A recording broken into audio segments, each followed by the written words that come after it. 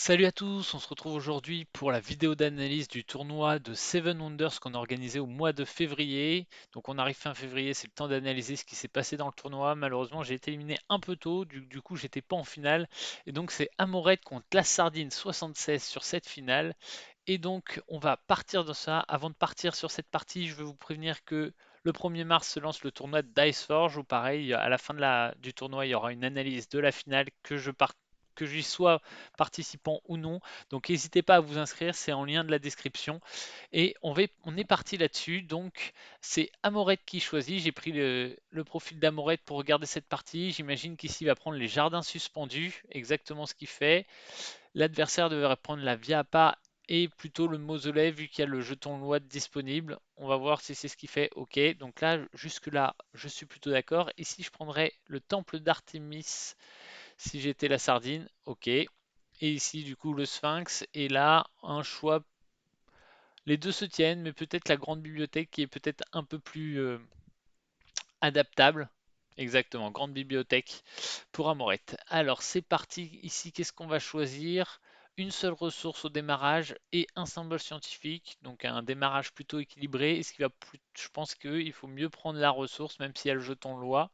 On va voir ce qu'il fait. Il prend la ressource, ok. L'adversaire devrait prendre le symbole scientifique. Exactement. Ici, du coup, ça devrait défausser cette carte-là pour rien dévoiler. Ok, jusque-là, je suis d'accord sur les plays. Et donc là, ben, malheureusement, la sardine est obligée de défausser une carte. S'il défausse celle-ci, ça en dévoile une. Là, pareil. Donc il va être un peu bloqué. Ok, il défausse celle qui dévoile deux. Malheureusement, il y a un symbole scientifique qui va être pris immédiatement. Ok, donc Amorette là est pas mal parce que ici, c'est pas une bonne carte à acheter pour la sardine. Il va sûrement. Ah non, il défausse ici. Là, il y a une petite erreur parce qu'il dévoile qu'une carte et du coup, si Amorette prend cette carte, il se retrouve dans la même position. Du coup, moi, j'aurais plutôt défaussé ce bleu qui aurait libéré ici, que du coup, Amorette aurait pu prendre, mais du coup, la sardine aurait eu ce dépôt d'argile. Donc là, peut-être une petite erreur de la sardine. On va voir. Du coup, dépôt de pierre qui est acheté immédiatement. Ah, ok, du coup, là, il dévoile deux cartes. Ouais, je suis pas convaincu. Ici, choix intéressant pour Amorette. Il a le Cirque Maximus, donc laisser la verrerie est peut-être pas très grave, surtout une ressource gratuite est très intéressant. Après, il a pas beaucoup de, il a besoin de beaucoup de bois pour ses ressources, donc il aimerait bien avoir ce bois-là ou celui-ci. Du coup, je prendrais plutôt la ressource rare. Ok, il prend la ressource rare. Du coup, là, ça va être intéressant de voir le choix de la sardine. Il va, à mon avis, il va prendre la ressource plutôt que le dépôt. Ok, il prend le dépôt. Ça peut être bien joué dans le sens où il va peut-être isoler en bois Amorette, vu que là, Amorette va le voir lui dévoiler du bois. Donc si c'était ça son idée en prenant le dépôt, ça peut être intéressant. Ah là, du coup, je suis pas fan. Il prend la pierre. Alors en effet, il a besoin de pas mal de pierres, mais il y a tellement besoin de bois en face que j'aurais préféré qu'il prenne le bois dans une stratégie ou essayer de neutraliser l'adversaire là-dessus. Ok, donc ici, le bois qui est pris forcément, le dépôt de bois qui arrive. Il préfère prendre la pierre. Alors moi, j'aime pas trop prendre la pierre dans ces cas-là, parce que une pierre, c'est déjà bien, et surtout votre adversaire a le dépôt de pierre, du coup, il va pas payer plus cher ces pierres vu qu'il les payera toujours pour un. Et c'est pour ça que je trouvais ça très intéressant de essayer de neutraliser en bois l'adversaire. Ici, ok, il défausse ça. Donc là, à mon avis, le bois va être pris par la sardine.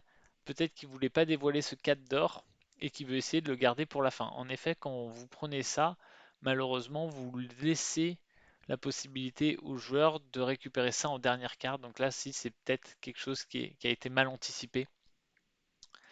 Euh, du coup, ici, bah forcément, il va prendre le... Est-ce qu'il prend le symbole scientifique ou il prend le dépôt de bois? Ah, il a besoin de bois. Moi, je prendrais quand même le symbole scientifique, mais on va voir. Ok, il prend le symbole scientifique. Là, ça va sûrement défausser le militaire pour être sûr d'avoir le 4 d'or. Ok, donc c'est ce que je vous disais, hein, quand vous enlevez cette case centrale de la d'avant-dernière ligne, ben, le dernier joueur peut choisir la carte qu'il récupère, alors que normalement, quand vous l'enlevez pas, c'est à chaque fois l'avant-dernier joueur qui choisit. Donc là, je dirais à la fin de cet âge 1, un symbole scientifique contre 2. Par contre, en termes de d'or, 10 contre 1, donc ça c'est assez important. Et c'est surtout, il y a déjà 3 ressources ici contre 4 là.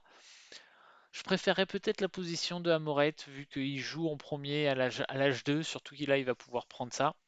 Mais on va voir la position de Sardine plutôt, vu qu'il joue et qu'il va pouvoir avoir cette carte qui est très important vu qu'il y a le cirque de Maximus en face. Donc je pense qu'il va la prendre sans hésitation.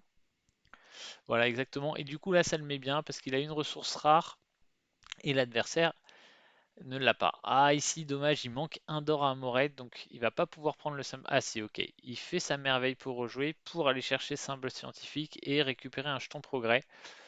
Ici comme ça j'aurais tendance à prendre la théologie.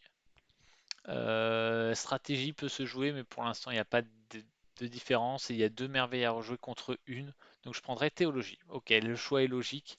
La théologie pour avoir plus de merveilles à rejouer que l'adversaire, mais l'adversaire va pouvoir répondre en prenant lui aussi un symbole. Et là, du coup, je pense que ça va partir sur stratégie, exactement stratégie, pour essayer de mettre une certaine pression militaire.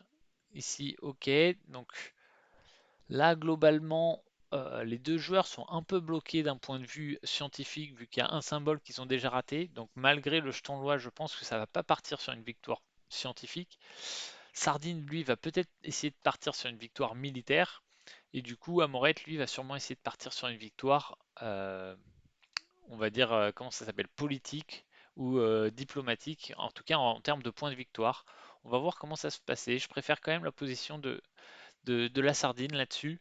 Euh, Il y a un petit point qui m'a dérangé dans cette merveille à rejouer. Ok, ça lui a permis de prendre la théologie, mais du coup, ça a permis à son adversaire de récupérer la stratégie. Donc, je suis pas hyper convaincu de ce choix, mais on va voir comment va se goupiller la partie.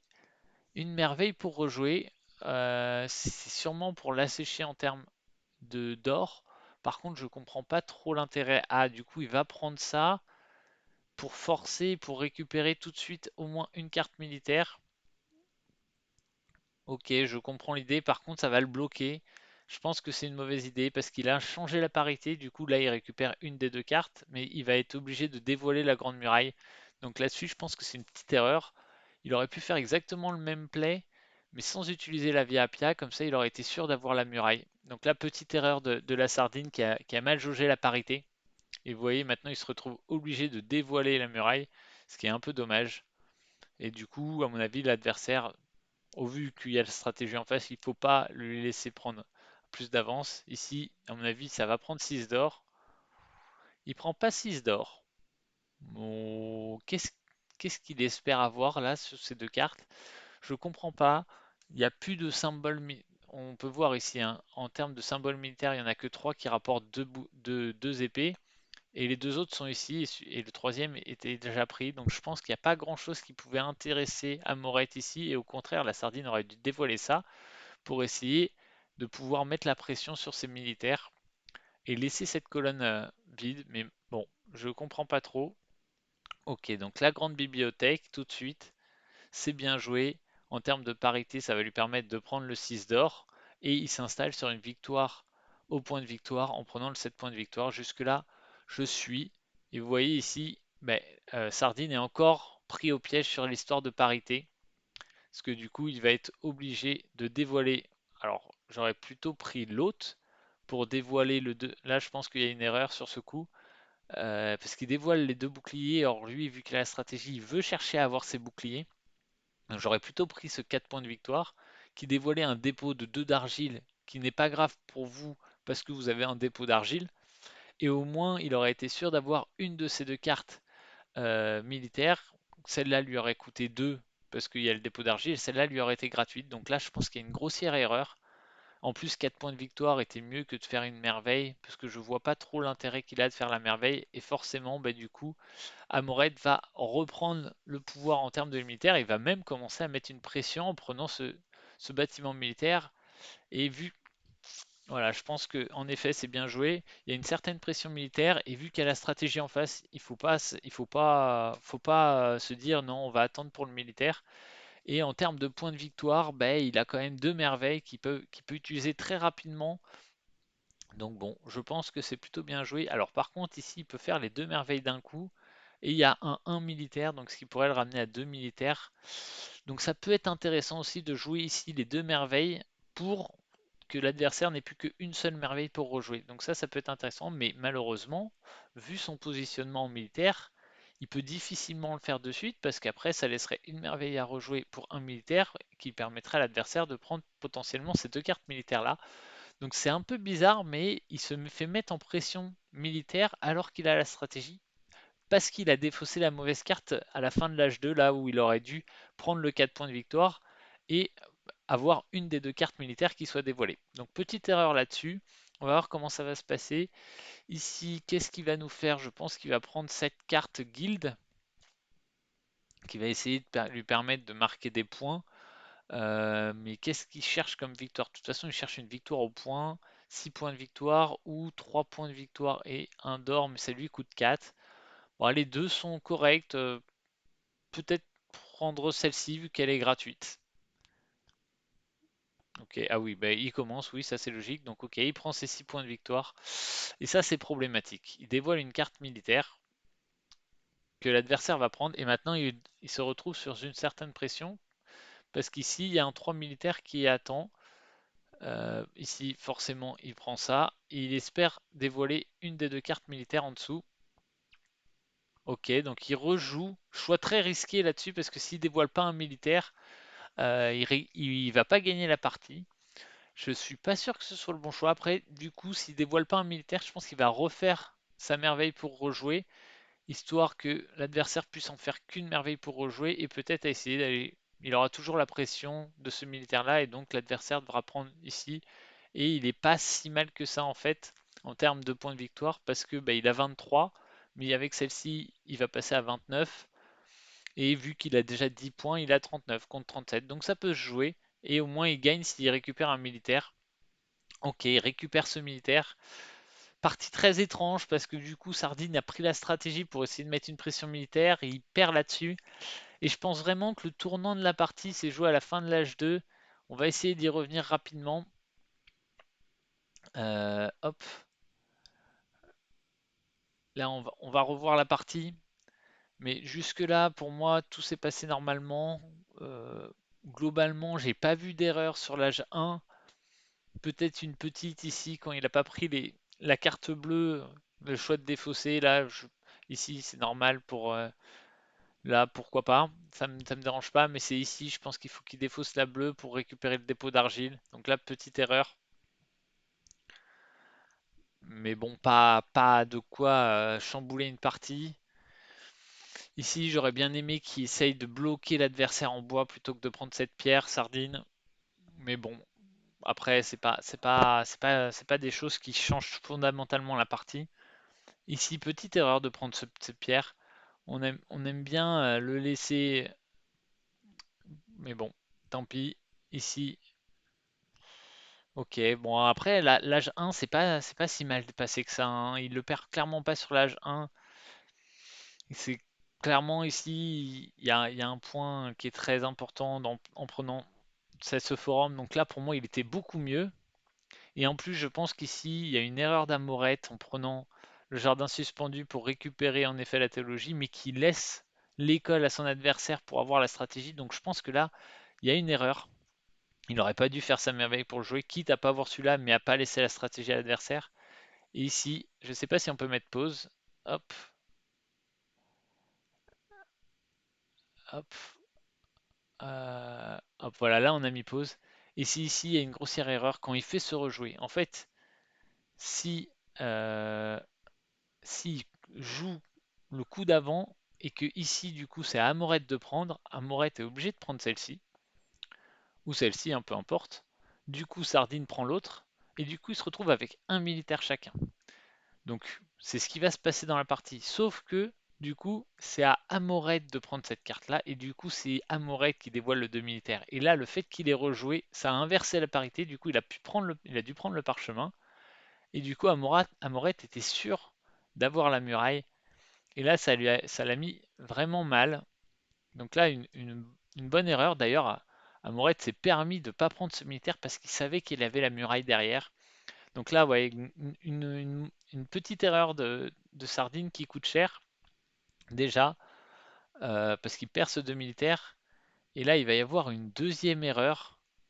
C'est ici, il a choisi, alors pas forcément ici, parce qu'ici il va prendre le 6 d'or, même si j'aurais pas dévoilé ces deux cartes là, mais ça c'est pas très grave.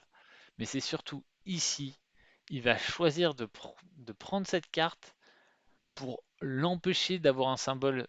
Mais ok, il aurait pu avoir les mathématiques qui lui valaient 9, mais dans ce cas-là, s'il fait ce choix-là, il faut qu'il utilise sa merveille pour rejouer, pour prendre ce 2 militaire, pour mettre une vraie pression militaire.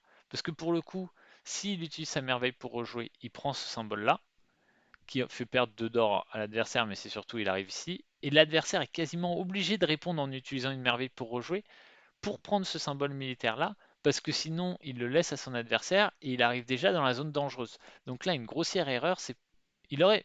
Je peux comprendre. Au début, j'avais pas vu que quand j'ai commenté la partie qu'ici il y avait le jeton progrès qui allait arriver et donc c'est pour ça qu'il a pris à mon avis la plume, enfin qu'il l'a joué en merveille. Mais dans ce cas-là, il faut qu'il utilise sa merveille pour rejouer, pour prendre ce militaire et mettre la pression avec la stratégie. Et forcément, ça aurait répondu par une merveille pour rejouer chez l'adversaire. Et du coup, la partie aurait été beaucoup plus équilibrée parce que l'adversaire aurait plus qu'une merveille pour rejouer qu'il aurait pu enlever très rapidement en jouant ces deux autres merveilles. Et donc, du coup, on aurait fini la partie euh, avec des merveilles, sans merveille, en fait, sans merveille pour rejouer. Parce qu'imaginons, je joue le temple d'Artémis, je prends ça, donc j'ai mis une pression militaire. Ici, l'adversaire, s'il prend le 4 points de victoire, il se reprend un militaire et là c'est trop dangereux, donc il est obligé de répondre par une merveille pour rejouer, on va dire le Sphinx, et il prend celle-ci. Ici, je joue une merveille, et hop, il reste plus que deux merveilles, donc mon adversaire en commençant l'âge 3 est obligé de jouer sa merveille pour rejouer, sinon je peux jouer mon mausolée et être tranquille pour la fin de la partie. Et là, c'est vraiment ici cette erreur, c'est qu'il fait la mauvaise merveille, qui le condamne, et après ben, l'enchaînement des militaires chez l'adversaire a fait la différence. Donc vraiment voilà, la Sardine a mal joué les parités deux fois sur ce stage-là. Une fois en prenant ici la merveille pour rejouer, pour récupérer ce parchemin, mais du coup qui a laissé la muraille à son adversaire. Et une deuxième fois sur la fin de la partie où il n'a pas fait sa merveille pour rejouer, qui a encore laissé deux militaires pour l'adversaire. Et à l'âge 2, les cartes qui donnent 2 militaires sont très très fortes. Et là, il a raté les 3, alors que les 3 étaient visibles. Donc il aurait pu essayer de jouer sur la parité pour les avoir. Et c'est ce qui lui coûte la victoire. Voilà, j'espère que cette petite vidéo vous a plu. N'hésitez pas à vous inscrire pour le tournoi de Diceforge qui commence le 1er mars. Donc la fin des inscriptions est maintenant. Et on se dit à une prochaine vidéo. Allez, salut!